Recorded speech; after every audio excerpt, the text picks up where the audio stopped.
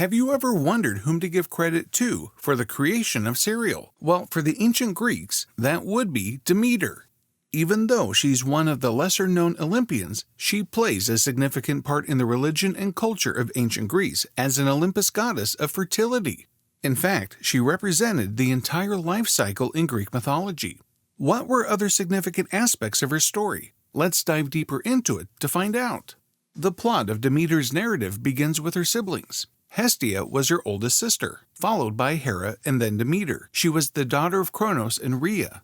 For her brothers, first was Hades, then Poseidon, and lastly, the youngest, Zeus. But take our word for it, this literally was a dysfunctional family.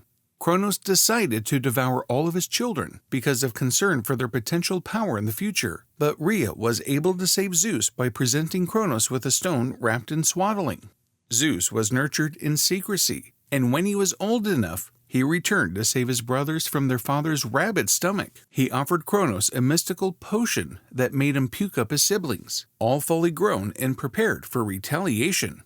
Together, Demeter and her siblings defeated Cronos, who was then replaced as the leader of the immortals by Zeus. With this, the Titan Age had ended, and the Age of the Gods had begun. The gods then gained their name shortly after this. Demeter became the goddess of agriculture. She showed people how to cultivate the ground by farming on it, planting crops, and caring for it.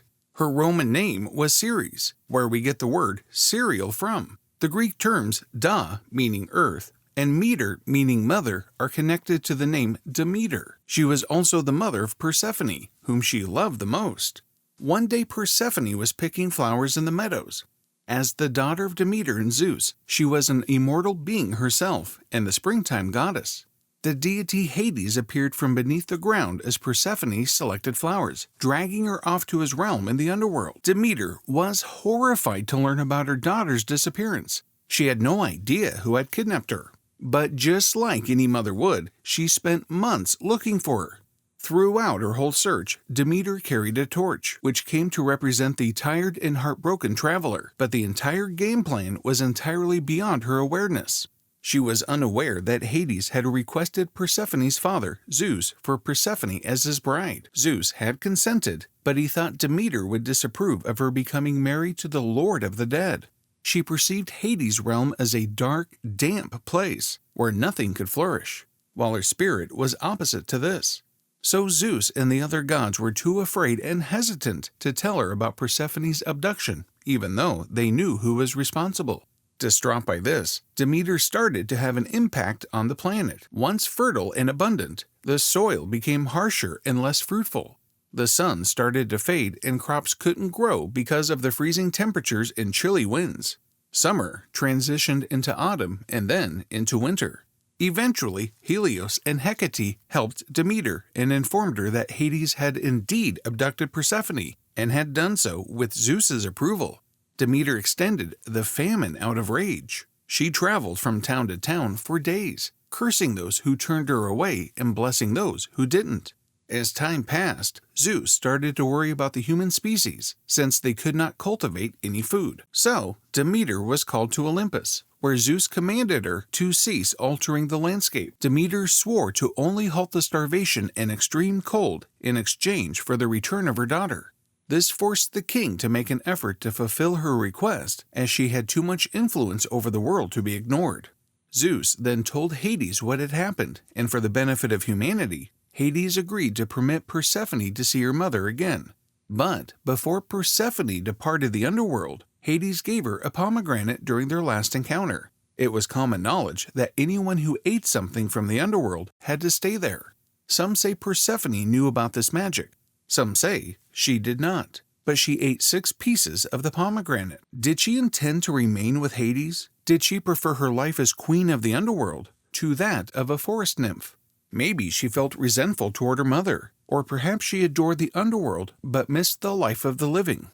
It's open to interpretation. In any case, Persephone had eaten the pomegranate, so she had to live in the underworld. But Demeter successfully persuaded Zeus to compromise in favor of her daughter. The result was that Persephone would visit and reside with her husband for half of each year in the underworld. She would be able to spend the remaining months of the year with her mother in the living world.